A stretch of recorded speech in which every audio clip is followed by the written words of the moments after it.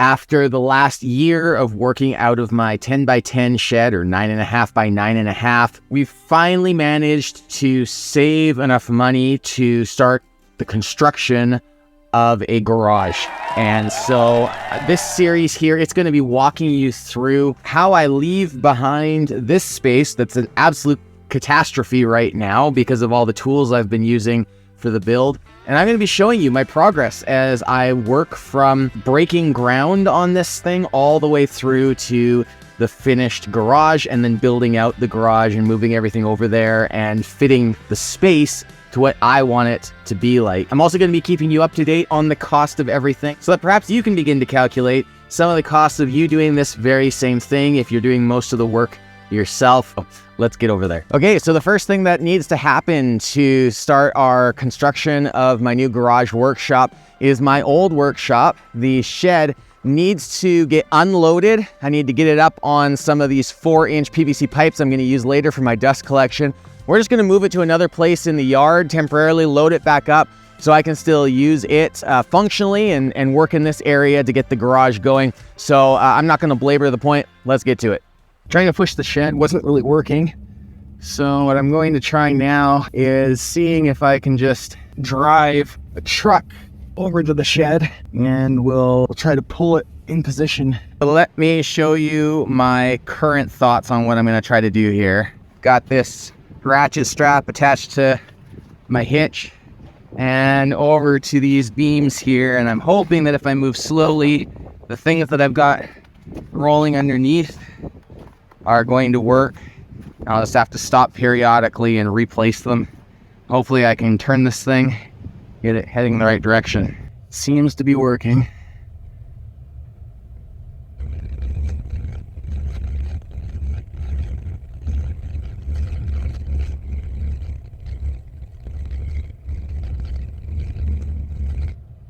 So I'm gonna reorganize those things again.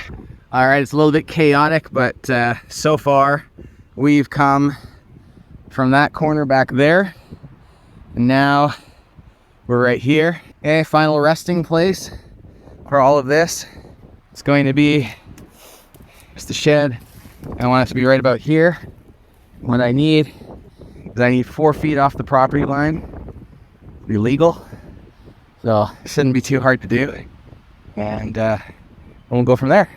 With the shed in its proper resting place, it was time for me to rent an excavator and figure out how to dig a hole as accurately as possible.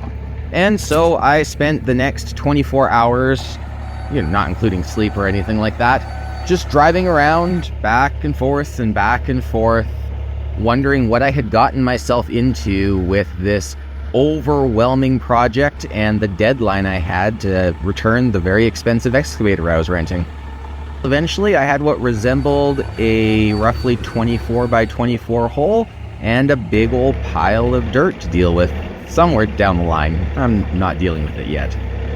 Well, I'm not a good enough excavator driver to finish the final details of the excavation here, so I'm dealing with some hand shoveling here, and then we'll rake the gravel into place.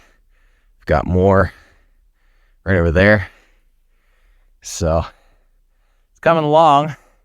Excavator took a big pile of it out. Now we just got to do the detail work. All I can say here, being completely honest, is at this moment I was questioning all of my life's decisions and kind of hating every moment of everything. It's taken a while. I'm starting to hit a lot of rocks. That's slowing me down quite a bit. Back to work. So here we are again, and we've been leveling things out, as you can see here, and got everything looking half decent. I've got all of my different markings for where I was. My issue was when I had the excavator, I didn't bring enough gravel over. So we've taken out this section of fence here, and we're just bringing the gravel over by hand, just tossing it. So, I mean, good day for a workout, I guess.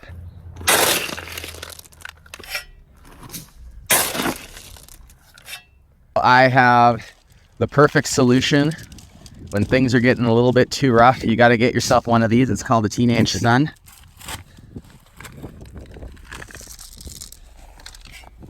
Oof. It's hard work just looking at them. This was back-breaking work, but I was pleasantly surprised how quickly we were able to get all of the gravel we needed into a pile between the two of us working together over the course of an hour or two. So what I got to do is I'm going to pull 3 feet that way and 4 feet that way. I'll mark on each, and then I'll check my diagonal. I'll do that on this one, and I'll do it on that one. And if everything comes out at 5 feet between those 2 marks, then I'll know that everything is square and can move on. Contractor for the concrete guys came by. He just wanted us to get down just a little bit further, make things a little cleaner on the trench. My son and I were just in the process of digging all of this out.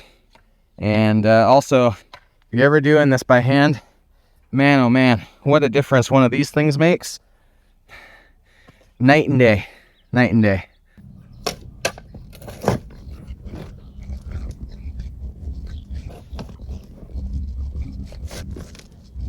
All right, finally, and I mean finally, I think we've got this thing all leveled out and dug out to exactly how it's supposed to be. Sitting 2 inches up above the ground on this side, 4 inches up above the ground on that side. Architectural drawings said I should be 2 inches up, so I think that basically puts us where we want to be. As you can see, they've already dropped off the braces and rebar and the forms. We're just waiting for a day where we see that there's no rain forecast. We're supposed to get rain later today, but we'll see how quickly all this can get done. As promised, let's talk costs, at least up to this point while we watch these guys working. My development permit cost me $150. As well, I had to get an occupancy permit, which I'm told will be refunded once the garage is completed. That was $200. The building permit was $225. It cost me $414 for the excavator rental.